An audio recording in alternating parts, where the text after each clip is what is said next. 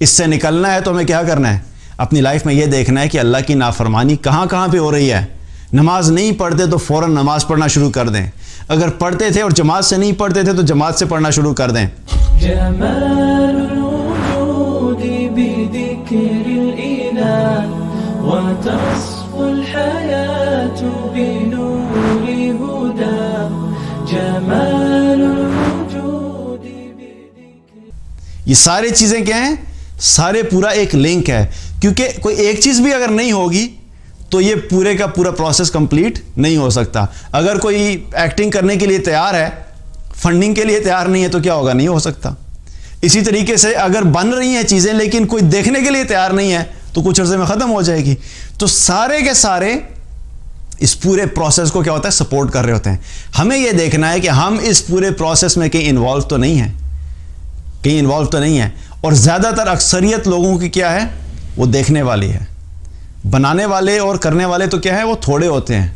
دیکھنے والے کیا ہوتے ہیں؟ کروڑوں میں ہوتے ہیں.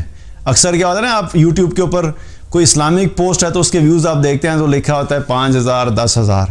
لیکن کسی ایک پوسٹ کے اوپر انتہائی واہیات پکچر ہوگی تو اس کے نیچے آپ ویوز دیکھیں گے تو لکھا ہوگا 20 million 25 million. You understand the difference? یہ کیا ہو رہا ہے؟ دیکھنے والے زیادہ ہیں. بنانے والے تو جو بھی کر رہے ہیں وہ تو اپنا وبال ان کے اوپر آئے گا. دیکھنے والوں کے لیے بھی کیا ہے؟ ذمہ داری ہے کہ ہمیں اپنے آپ کو اس چیز سے بچانا ہے. تو بے حیائی ایک ایسی چیز ہے جس کی وجہ سے جو ہے اللہ سبحانہ وتعالیٰ قوموں کو اس قسم کے حالات میں ڈالتا ہے.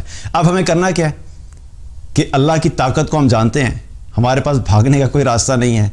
ایفرٹس کرتے رہیں، کوشش کرتے ہیں، لیکن اپنی زندگی میں توبہ کریں. اللہ سبحانہ تعالیٰ کے سامنے اپنی عاجزی انکساری اللہ کے سامنے گڑ گڑائیں کہ اللہ ہم سے غلطی ہو گئی. اور نکلنے کا راستہ بھی اللہ نے ہمیں قرآن میں بتایا. ہر مشکل سے نکلنے کا راستہ دیکھا جائے تو ابھی یہ کیا ہے؟ مشکل ہے نا. اس وائرس کی وجہ سے ایک تو بیماری اٹ سیلف مشکل ہے، لیکن میں نے جیسے پہلے بات کی کہ باقی اور جو مشکلات اس وائرس کی وجہ سے وہ کیا ہو رہی ہیں؟ آپ کے جو ہے اس وقت جابز ایٹ سٹیک ہیں، بزنس اس وقت جو ہے وہ فلاپ ہو رہے ہیں، ڈاؤن ہو رہے ہیں، لوگوں کی نوکریاں جو اس وقت جا رہی ہیں. اس وقت جو کھانے پینے کی اشیاء ہیں ان کی سپلائی کے ایشوز بننا شروع ہو گئے ہیں. تو یہ سب کیا ہیں؟ یہ سب مشکلات ہیں. اب مشکلات سے نکلنے کا راستہ کیا ہے؟ اللہ تعالیٰ نے وہ بھی ہمیں قرآن میں بتایا، وَمَن يَتَّقِ اللَّهَ يَجْعَلْ لَهُ مَخْرَجًا. جو کوئی بھی تقوی اختیار کرتا ہے اللہ تعالیٰ کی طرف سے گارنٹی ہے کہ ہم اس کے لیے ہر مشکل سے نکلنے کا راستہ بنا دیتے ہیں. اس سے نکلنا ہے تو ہمیں کیا کرنا ہے؟ اپنی لائف میں یہ دیکھنا ہے کہ اللہ کی نافرمانی کہاں کہاں پہ ہو رہی ہے. نماز نہیں پڑھتے تو فوراً نماز پڑھنا شروع کر دیں. اگر پڑھتے تھے اور جماعت سے نہیں پڑھتے تھے تو جماعت سے پڑھنا شروع کر دیں. اگر پردہ نہیں کرتے تھے، اپنے جسم کی کو پراپر طریقے سے کور نہیں کرتے تو کور کرنا شروع کر دیں. اگر سود پہ کاروبار کر رہے ہیں، کچھ کر رہے ہیں تو اس کو چھوڑ دیں. جو بھی نافرمانی ہے اللہ کی، بے حیائی کا کوئی کام کر رہے ہیں، چاہے دیکھنے سے متعلق ہے، چاہے ڈریسنگ سے متعلق ہے، کسی بھی طریقے سے ہے، اس کو فوراً چھوڑ کے توبہ کریں. اللہ کی بارگاہ میں جب ہم دوبارہ تقوی کی طرف جائیں گے تو تقوی کی وجہ سے اللہ سبحانہ تعالیٰ ہمارے لیے آسانیاں پیدا کرنا شروع کر دے گا. کیونکہ جو بھی تقوی کرتے ہیں اللہ کی طرف سے وعدہ ہے کہ اللہ تعالیٰ اس شخص کو، اس قوم کو، اس گھر کو، اس پورے ملک کو مشکلات سے نکال دے گا. تو تقوی کی طرف کرنا. اور توبہ سب سے امپورٹنٹ کیا ہے؟ پہلی چیز ہے توبہ.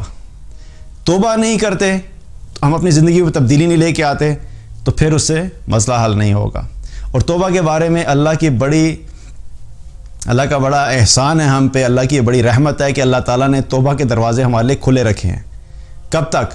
اس وقت تک اللہ اپنے بندوں کی توبہ قبول کرتا رہتا ہے جب تک کہ انسان بالکل موت کے وقت غرغرے کی کیفیت نہ آ جائے. یعنی وہ سچویشن کی جب اس کو اب نظر آتا ہے کہ اب میں نے جانے کا وقت آ گیا، اب میں یہاں پہ اس دنیا میں نہیں رہوں گا، تو اس وقت اگر کوئی توبہ کرتا ہے تو اس وقت کی توبہ قبول نہیں ہوگی. تو ہمیں اللہ نے بھی زندگی دی ہوئی ہے. آج اگر ہم توبہ کرتے ہیں تو توبہ کی وجہ سے اللہ سبحانہ تعالیٰ کیا ہے؟ ہماری توبہ کو قبول کرتا ہے. نہ صرف قبول کرتا ہے بلکہ اللہ کو بندے کی توبہ پسند ہے.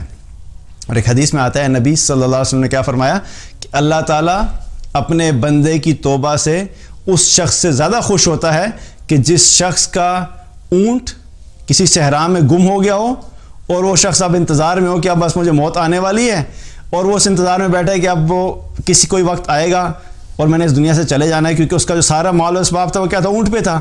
لیکن اچانک وہ کیا دیکھتا ہے کہ اس کا اونٹ اس کے پاس چلتا ہوئے آ رہا ہے. تو اس شخص کو جتنی خوشی ہوتی ہے کہ مجھے میرا اونٹ واپس مل گیا، نبی صلی اللہ علیہ وسلم نے کیا فرمایا کہ اللہ تعالیٰ کو اپنے بندے کی توبہ پہ اس شخص سے زیادہ خوشی ہوتی ہے. اللہ اپنے بندے کی توبہ پہ خوش ہوتا ہے. تو کیا کرنا ہے؟ توبہ کرنا ہے. اور توبہ کرنے کی وجہ سے اللہ سبحانہ تعالیٰ کا یہ بھی بڑا احسان ہے ہم پہ کہ توبہ کی وجہ سے صرف یہ نہیں کہ جتنے گناہ کیے اللہ معاف کر دیتا ہے، بلکہ اللہ تعالیٰ نے ہمیں کیا بتایا؟ اللہ تعالیٰ ایک سٹیپ بڑھ کے ہمیں بتاتا ہے کہ کیا ہوگا کہ جو کوئی بھی توبہ کرتا ہے الا من تاب وآمن وعمل عملا صالحا فاولئک یبدل اللہ سیئاتہم حسنات، اور جو کوئی بھی توبہ کرے، ایمان لے آئے اور نیک اعمال کرنا شروع کر دے، تو اللہ سبحانہ تعالیٰ نے کیا فرمایا کہ میں اس کے گناہوں کو نیکیوں سے تبدیل کر دیتا ہوں. تو پچھلے جتنے گناہ ہوئے، چاہے وہ فحاشی تھی یا وہ عریانی تھی یا چوری کی یا کسی قسم کی بھی نافرمانی کی اللہ کی، اللہ سبحانہ تعالیٰ تمام گناہوں کو معاف کر کے نیکیوں میں تبدیل کر دیتا ہے. اس کے بعد اپنی زندگی میں کیا کرو؟ اب دوبارہ اللہ کی نافرمانی نہیں کرو اور ایک نیک اور صالح انسان والی زندگی گزارنا شروع کر دو. تو اللہ سبحانہ تعالیٰ کیا ہے کہ دنیا کے اندر بھی آسانی کر دے گا اور آخرت میں بھی ایسے لوگوں کو اللہ سبحانہ تعالیٰ جو اپنے کامیاب لوگوں میں شامل کرے گا.